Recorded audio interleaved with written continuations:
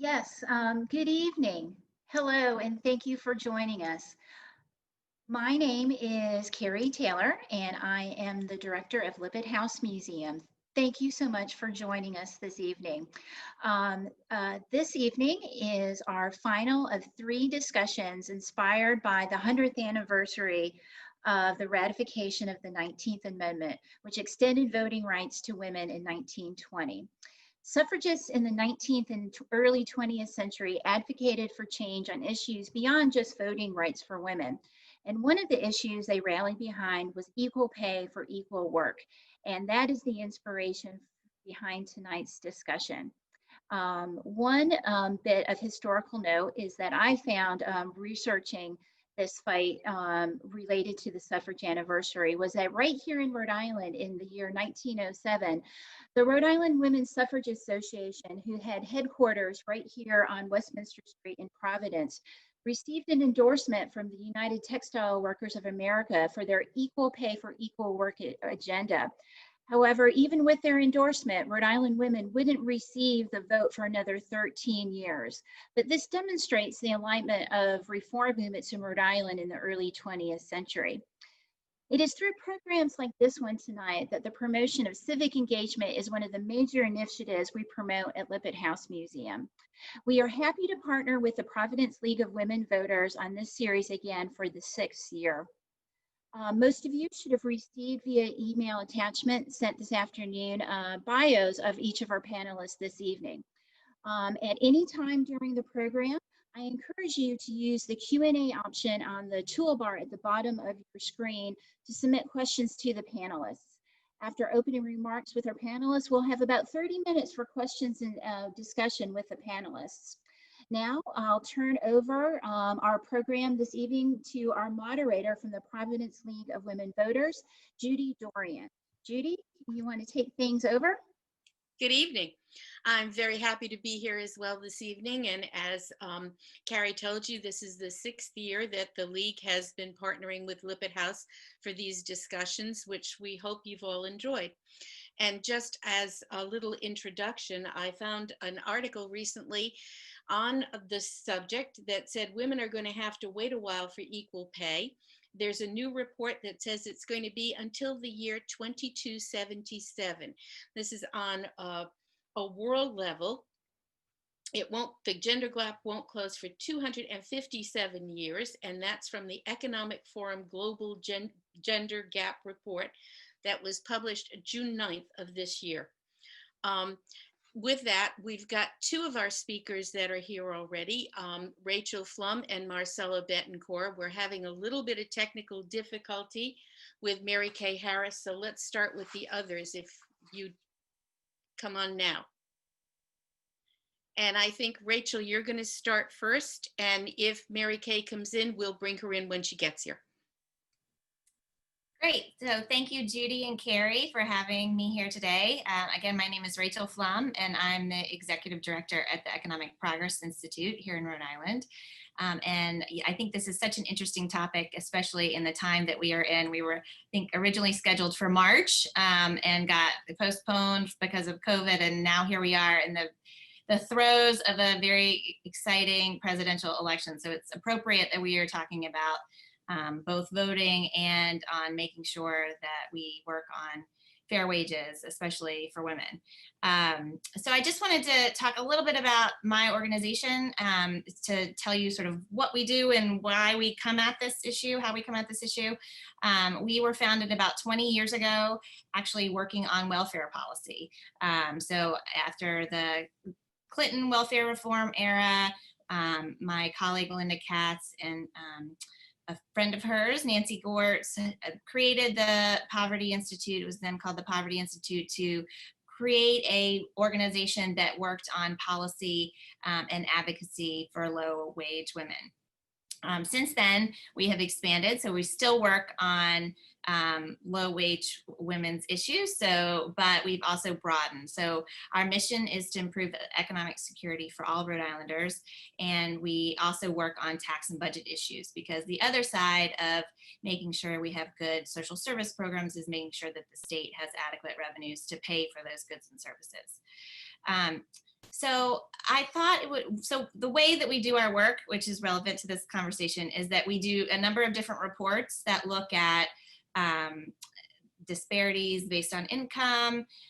We look at what it costs to really live in Rhode Island. So we have a standard of need at what a single person or a parent with 2 children or a 2-parent family needs to make ends meet. So then we can talk about how the poverty level, which is sort of a standard for what folks need, is actually not a good reflection of what people actually need to meet their basic needs. We also, so we do the education piece, trying to explore what those disparities are. More recently, we've got into the why of why those disparities exist.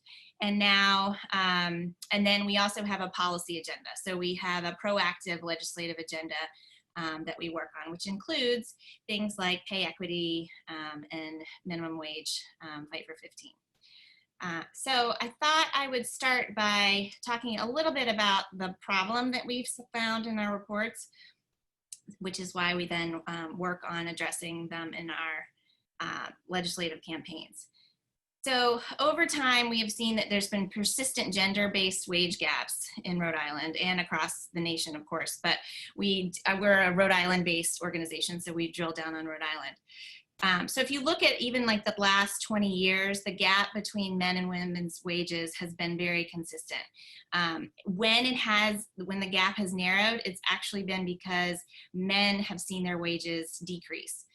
So it is not that women's wages are going up. If you drill down based on gender, the gaps are even more stark. So a white woman compared to a white man is about 84 cents on the dollar of a white man. But if you compare a Black woman or a Latinx woman, a Latina woman, they are making only about 59 cents per dollar that the white man is making. And for the Latina woman, she's only making about 50 cents on the dollar. So that has significant impacts on families' abilities to make ends meet, especially when they're single parent families, which far too often they are. If you look at the lifetime of what that means for a woman and her family, there are significant impacts. It can be close to $1 million of lost wages for a Black woman, and I think about $1.2 million, our studies show, for a Latinx woman. So it adds up. All those dollars of lost wages really add up. I think it's very timely to talk now about the essential workers also. We hear a lot about sort of the essential workers who've kept the economy going, who have not been able to work in their kids' playrooms like I have in this pandemic, but have been going out to work.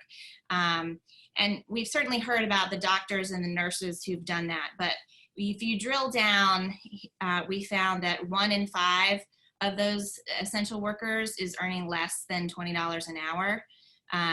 And we also know that they are disproportionately Latinx, Black, and women. So we've tried to break out a little bit. If you look at, because you sort of think about essential workers as maybe the grocery store workers or the childcare providers and the doctors and the nurses, but also thinking about those who are working in the nursing homes, where we know there was huge impact of COVID. But also drilling down on sort of building cleaning services. Those are much more disproportionately Latino than they are white population. So it's the pain of this pandemic has not been shared by all, and we know that those workers are way underpaid to what they need to make their ends meet. I was mentioning our standard of need. It shows that a family needs to be earning about $60,000 a year in order to make ends meet with 2 children, but about 3/4 of families in our state are not earning that amount. If you think about the minimum wage, which actually goes up in Rhode Island tomorrow, it will go up from $10.50 to $11.50 an hour, which if you compare that to Mississippi, who's still on the federal minimum wage of $7.25, we're doing okay. However, our standard of need shows that a single person needs at least $13 an hour to make ends meet. And even though the idea in people's minds is that minimum wage workers are like a 16-year-old working in an ice cream shop, the reality is far too often they're women in their 40s with children. So while it's great that we're increasing our minimum wage to $11.50 tomorrow, Massachusetts is already at $12.75 and is going up to $13.50 on January 1st, and Connecticut is at $12 an hour.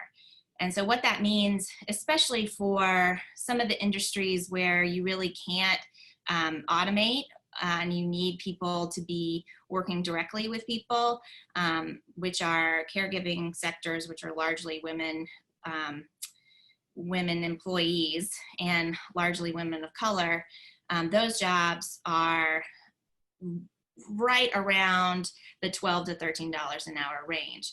So if a Massachusetts minimum wage goes to $13.50, why in the world wouldn't you go across the line to work at a much safer Dunkin' Donuts than a not very safe nursing home here in Rhode Island? So we have real concerns about we're already seeing that there are industry sectors like the childcare industry and the nursing home sector where we need as highly qualified folks as we can get who can't hire anyone. And that's a big part of this question. So what are some of the solutions that we have looked at? One thing is there's actually legislation in the Rhode Island General Assembly that didn't go anywhere this year because the legislative session was quickly shut down in March, and we still haven't finished passing a budget or most of the bills that were introduced. But Senator Golden and Representative Donovan have put in a pay equity bill the last 2 years, which tries to get at sort of the workplace discrimination. So thinking about where employees retaliate if people are talking about what their pay is at the water cooler. That happens. People get fired because they tell their friend that I'm making $15 an hour. And the employers don't want there to be that kind of conversation between folks. So this would outlaw that. It also would extend some gender-based protections to other classes of workers, so to other people of color, so which is really important. So not just thinking about women, but also across other sectors. It would prohibit reliance on salary history when thinking about a compensation.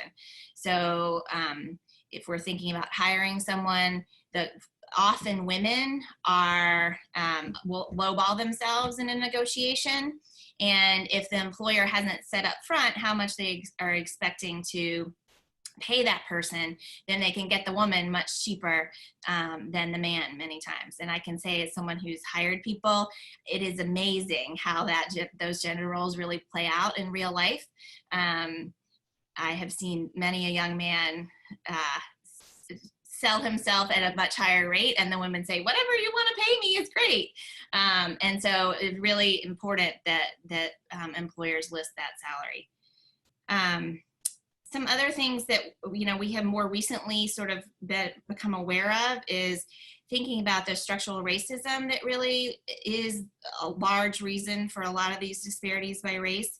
One thing that I was just reading about the other day was that if you look at public sector jobs, which are really being are sort of on the chopping block during this budgetary cycle, those are the jobs that are still really protecting largely people of color and women.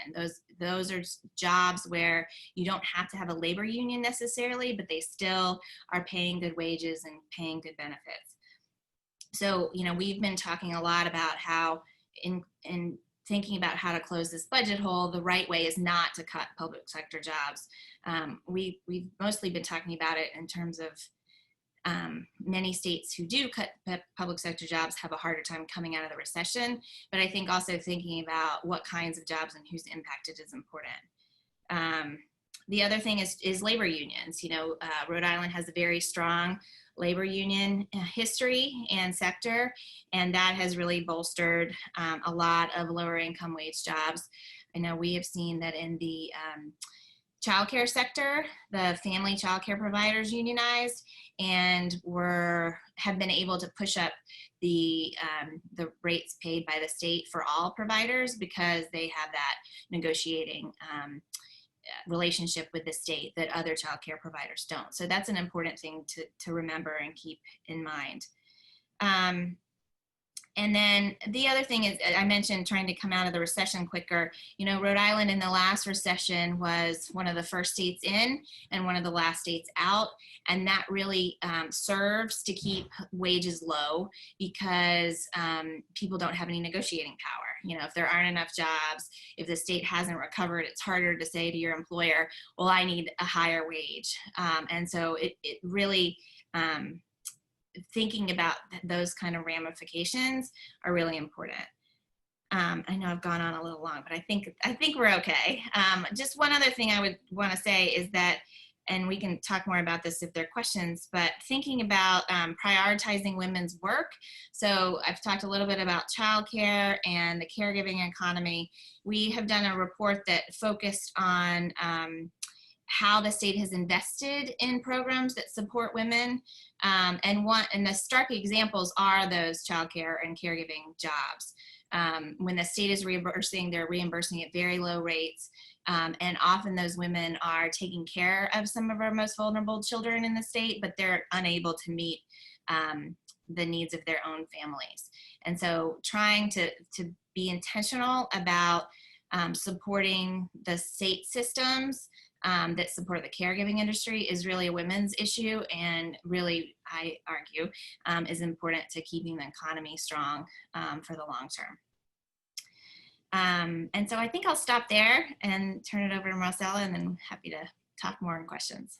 Thank you. Marcela? Hi, good evening, everyone. My name is Marcela Betancur. I am the director of the Latino Policy Institute. And so we're part of Rhode University. We have been around for 15 years.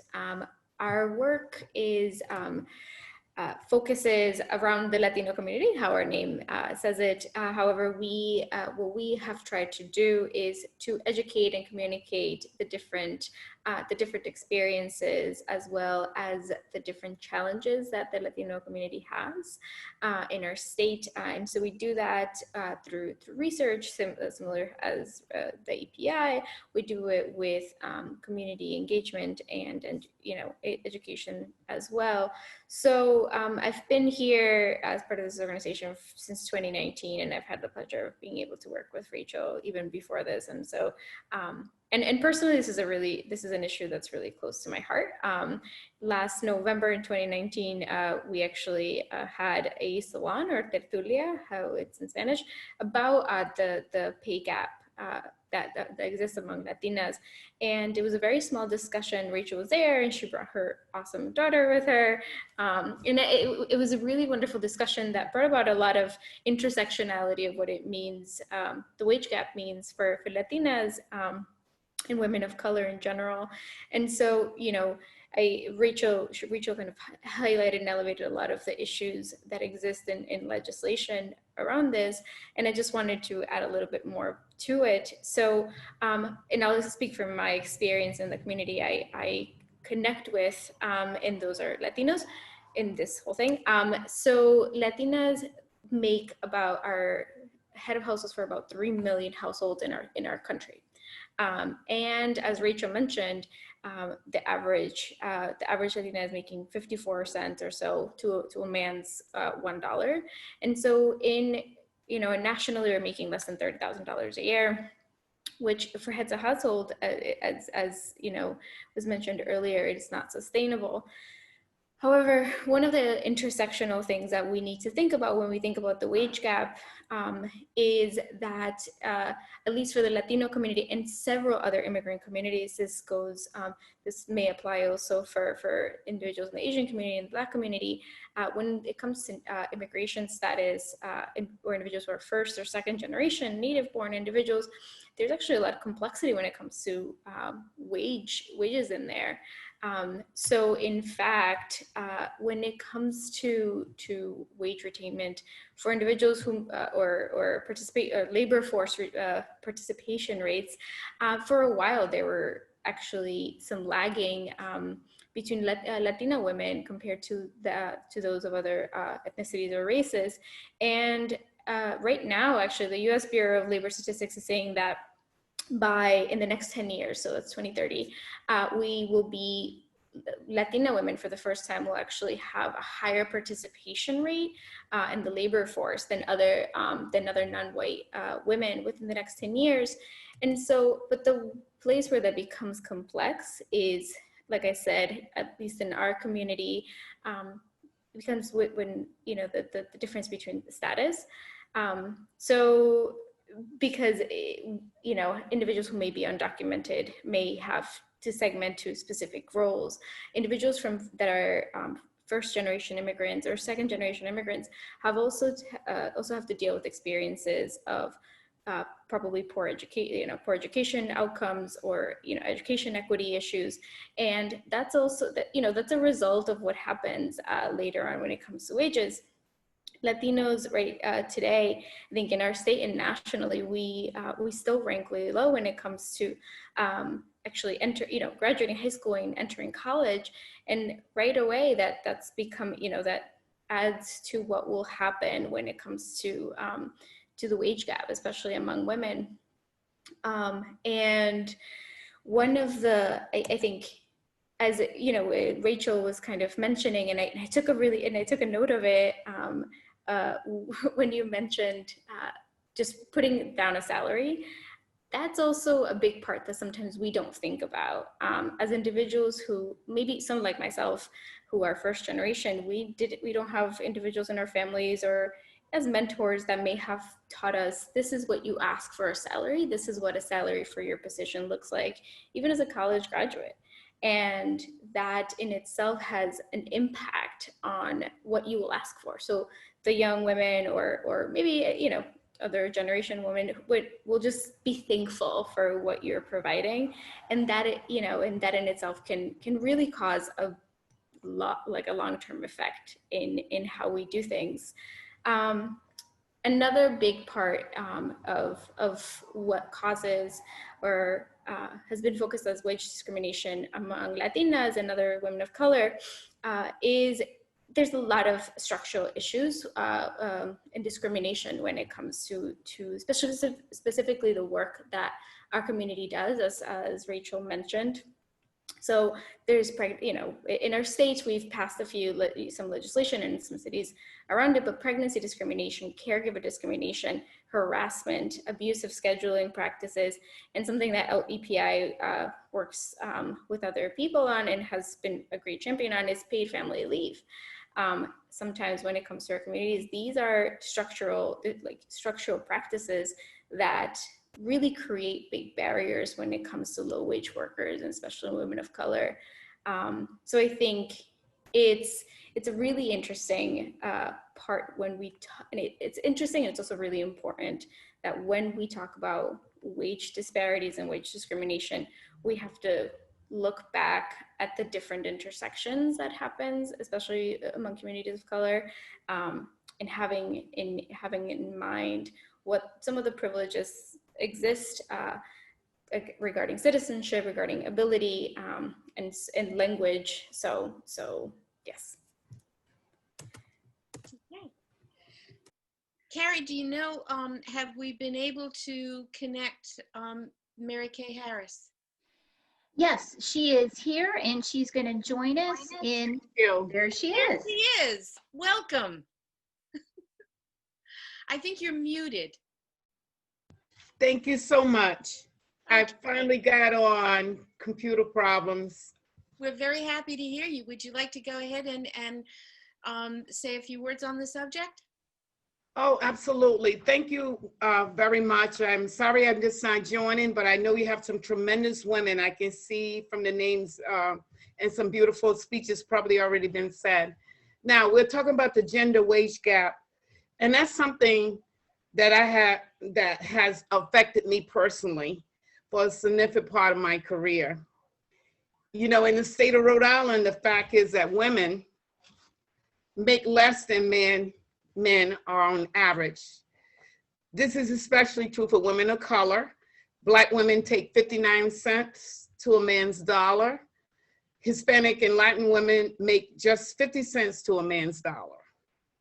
Women dominate the fields like domestic care, home health assistance, and childcare.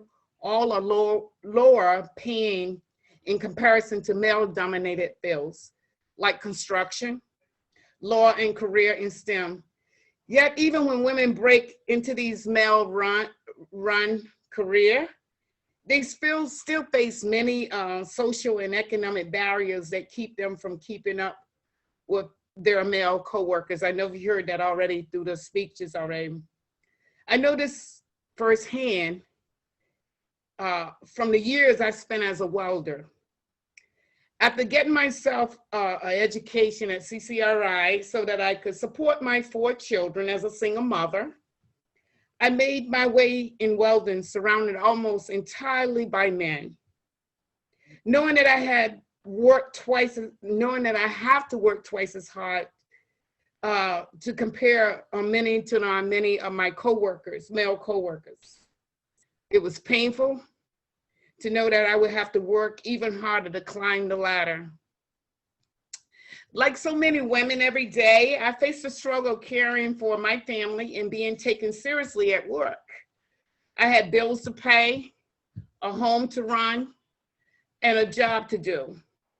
I earned my place as a welder, so why shouldn't I be doing just as well as all the men around me?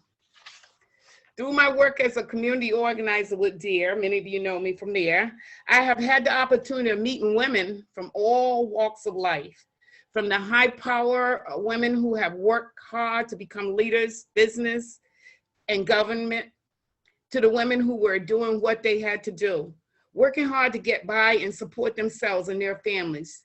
Yet the sentiment still prevails. Women at all levels have to work twice as hard as their male co-workers and usually are paid less. Even as women have achieved higher paying jobs in most recent years, there still is a disproportionate number of women taking on lower paying jobs. As a single mother, I know many women make sacrifices in order to support their families. But what I don't know is why women are punished for these sacrifices, or why we punish any woman for not perfectly adapting to a workforce that was built for married white men in times when few women work at all. The world and the workforce have changed. Women are primary co-breadwinners in almost 2/3 of American families. And women make up about 2/3 of all minimum wage workers. So why have we not shaped the workforce to accommodate such a large portion of its workers? This is why we're all here today. It's time that the system work for people rather than the people working for the system. We must continue to fight for a livable minimum wage that doesn't keep families below poverty line. We must advocate for flexible hours for women with children, or anyone with a family. Nobody's working a full-time job should be struggling to get by. Nobody should have to fear losing their job because their child is sick and you need to pick them up from school. It's time we demand honestly in the workplaces about pay. It shouldn't be taboo to ask how much the job you're applying for pays. It shouldn't be bad taste to want to know if the man whose office is next door to yours is making more than you for the same work. In 2020, despite the terrible circumstances, we have learned how many people can do great things when working from home, right? If we continue to improve access to resources like computers and internet connections, this could be a great opportunity to expand flexible working opportunities and may allow grace and convenience for working women with children. The pay gap affects all of us because it affects the economy. It is a complicated issue with many causes and many possible solutions. As our world progresses, technology advances, and the shape of the workforce continue to change, I'm optimistic that more women will be able to come to work in an environment that works for them. Women are backbones of our society. We raise families, we build careers, we teach, we run for office, and we run for our homes. We are construction workers, mothers, business women, wives, waitress, sisters, doctors, daughters, and governors. It's time to start demanding equal pay for equal work. There is strength in numbers. With persistent change will come. With persistency, change will come. I look forward to continuing this fight with amazing women and men who are on our side. God bless all of you, and thank you for the time and opportunity to speak. Thank you. Thank you very much. And I think we all agree wholeheartedly with what you said. Carrie, do we have questions? Yes, Judy, we do have some questions. And then the first question we have from our attendees is for the panel more generally. And the question is, it starts out, in the 1970s, the slogan, quote, equal pay for equal work subtly changed into, quote, equal pay for comparable work, because often women were not doing equal work. I think they mean not the same position. But there were suggestions for comparable pay for comparable work, but it never caught on. What does the panel think? Who wants to take that first? So I can try my hand at it because that is part of the legislation that I mentioned that Senator Golden and Rep. Donovan have put in the last couple of years. So it's not just in the 70s, it actually still is the law in Rhode Island, that the equal pay standard, and it's the federal Equal Pay Act language also. And so that is part of the reason they've put in this bill, that it seeks to change it to comparable work being the legal standard. Because what's happening now is that unless the plaintiff can come in and say that she has the same job title with the same responsibilities and the same working conditions, then the courts can throw out her claim at the very beginning of the litigation. So the legislation would change it to comparable work, which is more realistic of how jobs are these days, that you may be doing the same job but not the same title and the same conditions. And so we know that our neighboring state of Massachusetts, New Jersey, Washington, California, Oregon, some other states have taken on that new comparable work standard. And so that's one of the goals, is to change that language officially. So not just catching on, but actually being the legal standard. Okay, anyone else want to address that? No, I think I appreciate Rachel kind of going into it. And I think one of the things that would also help, and again, going back to what you mentioned earlier, is something as simple as ensuring that an organization's policies regarding salary are very clear, and you know, assessing the current policies of organizations. I'll speak for myself. I've worked in nonprofits most of my professional career, and you know, it's interesting to understand are the policies, have they been reviewed at some point to ensure that increase in pay and all this stuff is actually, you know, it's equitable to communities. And also creating different structures is also another factors that sometimes we don't consider. It's 2020, and most of us, you know, who are fortunate enough to still have a job and have had to work from home, how are we considering that as part of work as well? So.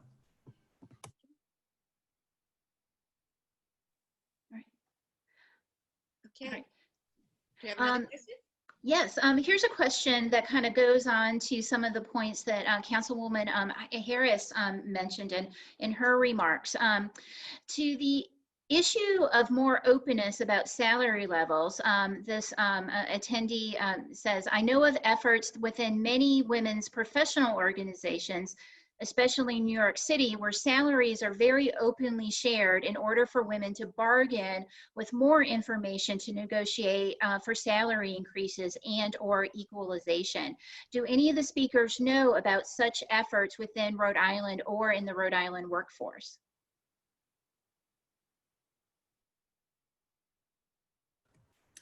I think Councilwoman or Rachel, I remember like maybe 4 years ago, I saw legislation around that. Am I correct? So I don't know of any professional groups. I don't know if you know, Ms. Harris.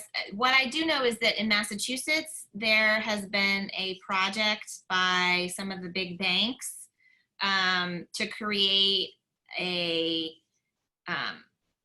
basically a pool where people would put in their salaries, and it would be anonymous, so you wouldn't sort of say who you were or where you worked, but it was a way of trying to get professional level women to have that kind of information. But I don't know of groups in Rhode Island who are providing that same kind of transparency, unfortunately. I think that would be. No, but wouldn't it be a good idea? It would be, yes. It would be a good idea, I think. And yes, absolutely. I mentioned it because I did not know of any groups that were doing it. And I welcome, you know, any idea as in my position as a politician to be able to figure out what language could probably work. I'm more than happy to continue conversations to try to figure it out, especially when we know that other, you know, states have explored it. I think that's, you know, something that we could work together on trying to figure that out. I'm just a moderator here, but if I could suggest something. When I was working, and I've been retired for a few years now, but when I was working and I was doing negotiations for a new job, I will tell you that I found out more about salary levels from the men that I knew in my industry than I did from the women. And they'll tell you. They will just tell you what they're making. So I think sometimes if we can get women to just stop being shy and ask those questions, that could be helpful too. But that's part of the support, the whole support operation that an organization like this would foster. If I can add to that, Judith, you're right. I think it would be, you know, I've known people who just say their salary, and usually it's because it's a pretty big salary. But I also, I want to push back around about we have to make sure that women aren't shy, because at least in my experience, it's not that. It's also for some of us, it's how we live, right? So me telling Rachel's my boss, and if I'm asking her, or if she's my colleague and I'm asking, I think it's not about being shy. It's also protecting your livelihood. And it goes back to the intersection of it. If this is probably one of the few jobs and I don't have the privilege of going back home and having a family who can support me, I think it becomes that rough place of like, it is on me to raise this family. It is on me to protect that. And so I think you're right. If we created a culture in a society where sharing salaries is easier, and we won't feel that we will be punished, that we will be reprimanded, that's different. And I think it's not about being shy, it's about creating a culture of support. And I think that personally that happens also in a very generational way. As somebody who looks up and wants to have mentors in her life, I would love for someone to tell me to ask that, right? The first time I had to negotiate a salary, I didn't know how to do that. And so I asked somebody who was older than I was and had more professional experience. So it's that, I think it's a generational breakdown. You mentioned you've been retired for a while. One of the best things you can do is you should speak to younger people about how to negotiate a salary and when to say yes and when to say no, because many of us don't have the privilege of that. Okay. Carrie? I think kind of going on that same general direction that Marcela was just addressing was what can be done about employers who take advantage of low-wage workers by not paying overtime, even though they are forcing employees to work overtime.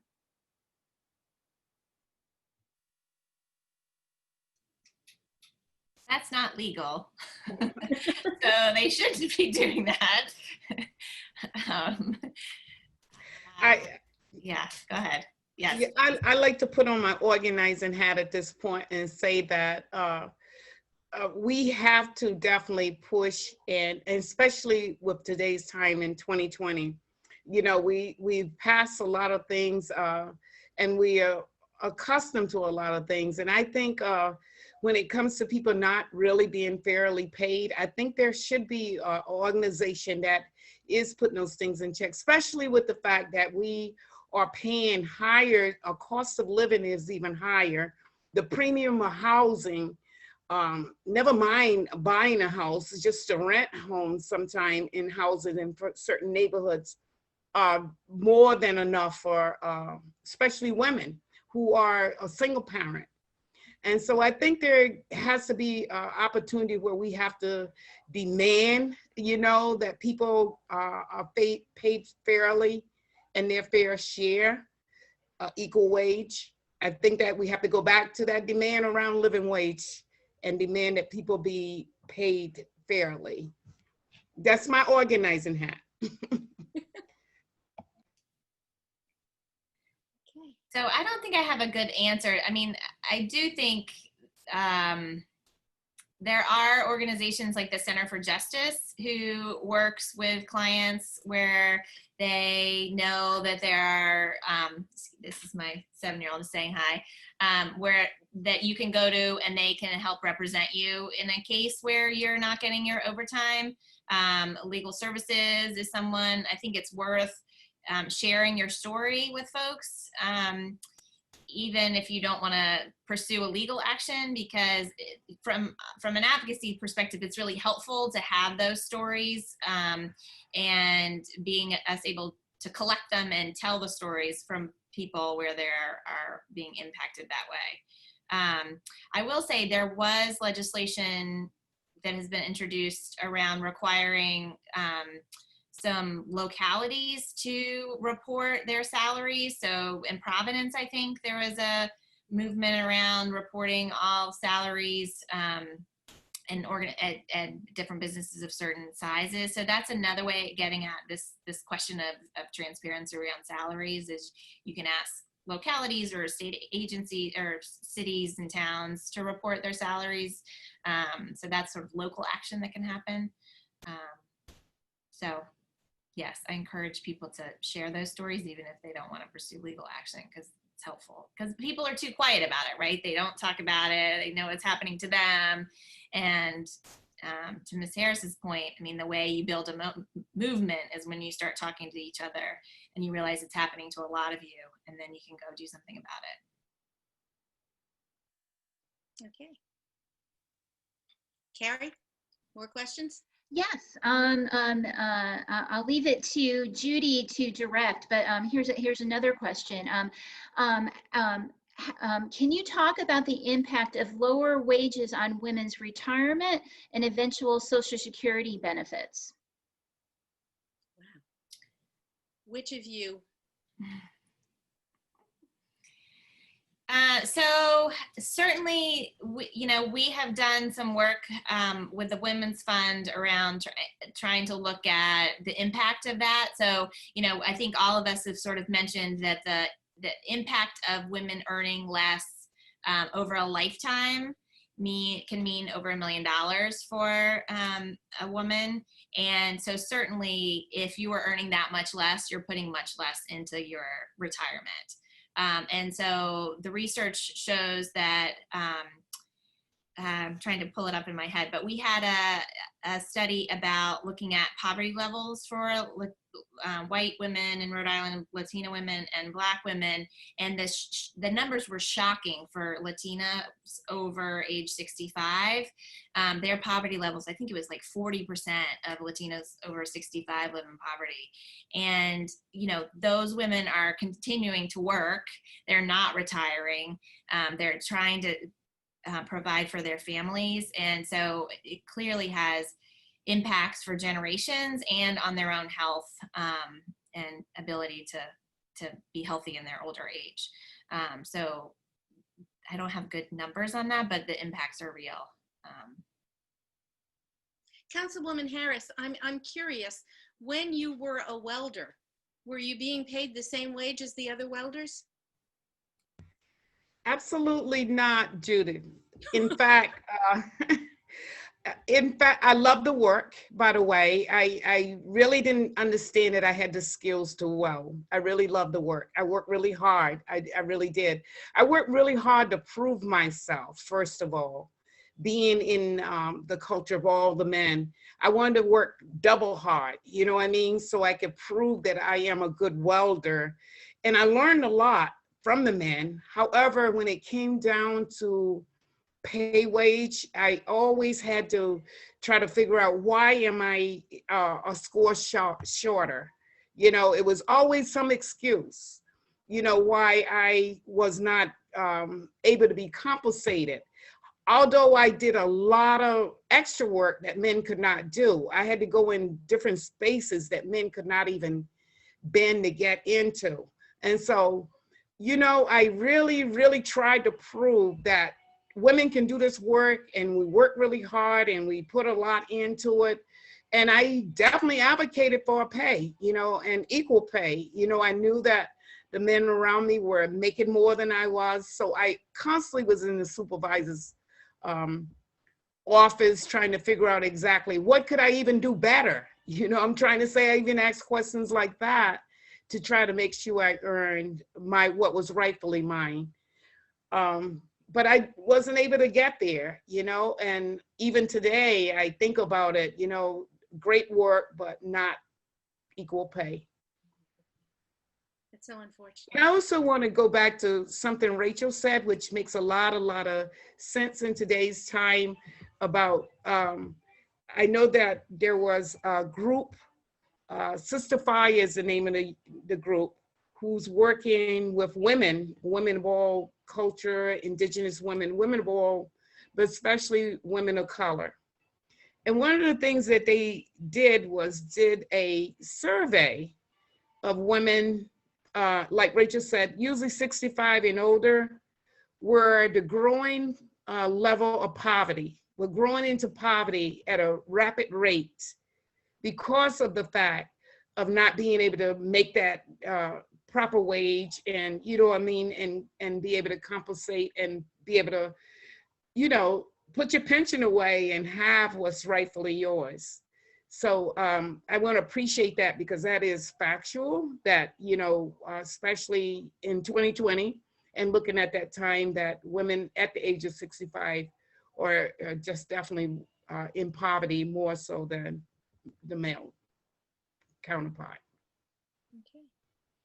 Gary, I think we're ready for another question if you have one. All right, yeah, I do. Are there other issues in addition to wages that we should be working on to improve equity for women in the workplace? For example, paid sick leave, sexual harassment, other things like that. All of them.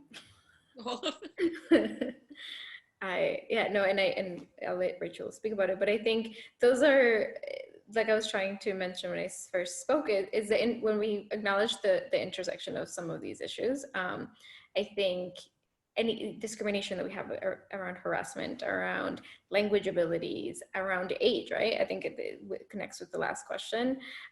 Those are issues that we really have to talk about. I'll speak to one that's language, for example. So my mom's 64 years old. She might be one of those humans who may live in poverty if she does not have enough to retire.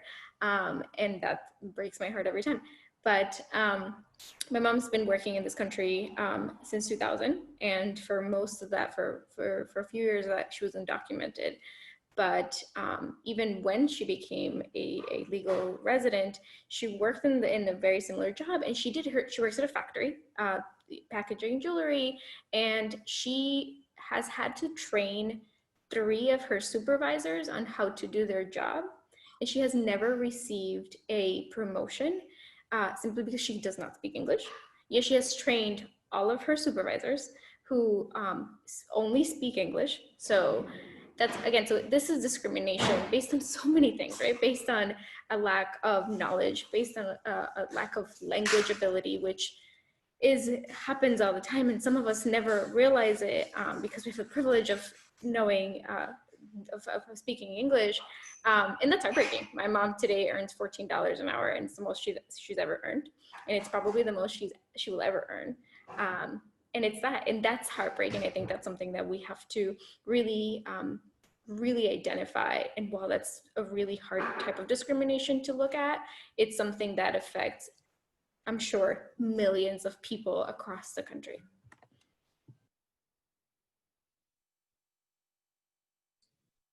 Yes, absolutely. And, Marcela and I work together on an immigration coalition here in Rhode Island that's really been looking at the impacts of COVID on our immigrant brothers and sisters, and how, while the federal government has come in to provide supports and unemployment insurance for residents or for legally permanent folks, those have not been extended to all residents of Rhode Island, and the impact is significant. So, if you think about a mom with some kids, and the kids may be legal, but the mom isn't, and she can't get the stimulus payments that everybody else is getting, and what that means in terms of her being able to pay her rent. But just briefly on the question, Rhode Island, it has been a real leader around paid family leave and paid sick days. We're one of 9 states in the country that has both of those protections.